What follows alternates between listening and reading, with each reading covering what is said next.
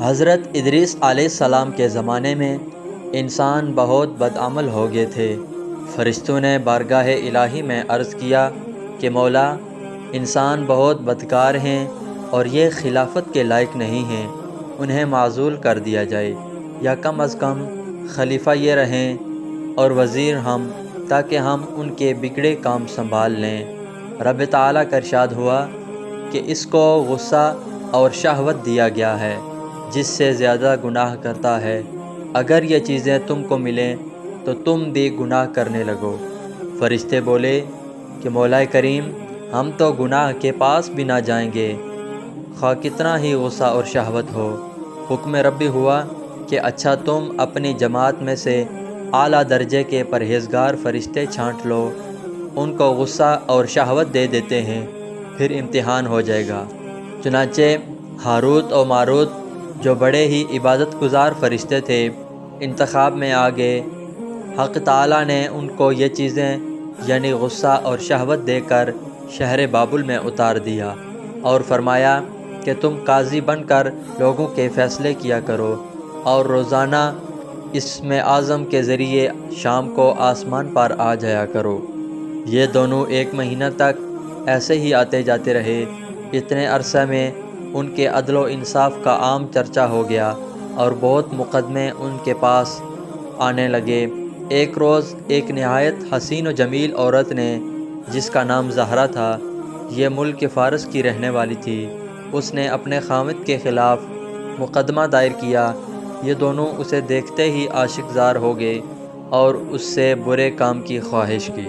اس نے کہا، میرا دین کچھ اور ہے اور تمہارا دین کچھ اور اختلاف ہوتے ہوتے یہ نہیں ہو سکتا۔ نیز میرا شوہر بہت غیرت مند ہے، اگر اسے خبر لگ گئی تو مجھے قتل کر دے گا، لہٰذا پہلے تو آپ میرے بت کو سجدہ کرو اور پھر میرے شوہر کو قتل کرو، پھر میں تمہاری اور تم میرے۔ انہوں نے انکار کر دیا۔ وہ چلی گئی، مگر ان کے دل میں اس کے عشق کی آگ بھڑک گئی۔ آخر اسے پیغام بھیجا کہ ہم تیرے گھر آنا چاہتے ہیں۔ سر آنکھوں پر یہ دونوں اس کے گھر پہنچ گئے۔ اس نے اپنے آپ کو آراستہ کیا اور ان سے بولی، آپ لوگ مجھے اسم اعظم سکھا دیں، یا بت کو سجدہ کریں، یا شوہر کو قتل کریں، یا شراب پی لیں۔ انہوں نے سوچا کہ اسم اعظم اسرار الہی ہے، اس کو ظاہر کرنا بہت ظلم ہے، بت پرستی کرنا شرک ہے، اور قتل حق العباد ہے، لاؤ شراب پی لیں۔ چنانچہ شراب پی لی۔ جب شراب پی کر مست ہو گئے، زہرا نے ان سے بت کو سجدہ بھی کروا لیا، اپنے شوہر کو قتل بھی اور اسم اعظم بھی پوچھ لیا۔ زہرا تو اسم اعظم پڑھ کر صورت بدل کر آسمان پر پہنچ گئی۔ حق تعالیٰ نے اس کی روح کو زہرا ستارہ سے متصل کیا اور اس کی شکل زہرا ستارہ کی طرح ہو گئی۔ جب ان کا نشہ اترا تو یہ اسم اعظم بھول چکے تھے اور اپنے کیے پر نادم و شرمندہ تھے۔ حق تعالیٰ نے فرشتوں سے فرمایا کہ انسان میری تجلی سے دور رہتا ہے۔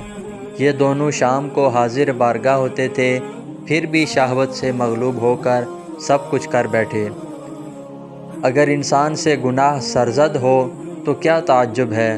تمام فرشتوں نے اپنی خطا کا اقرار کیا اور زمین والوں پر بجائے لعن طعن کرنے کے ان کے لیے دعائے مغفرت کرنے لگے۔ پھر یہ دونوں حضرت ادریس علیہ السلام کی بارگاہ میں حاضر ہوئے اور شفاعت کے طالب ہوئے۔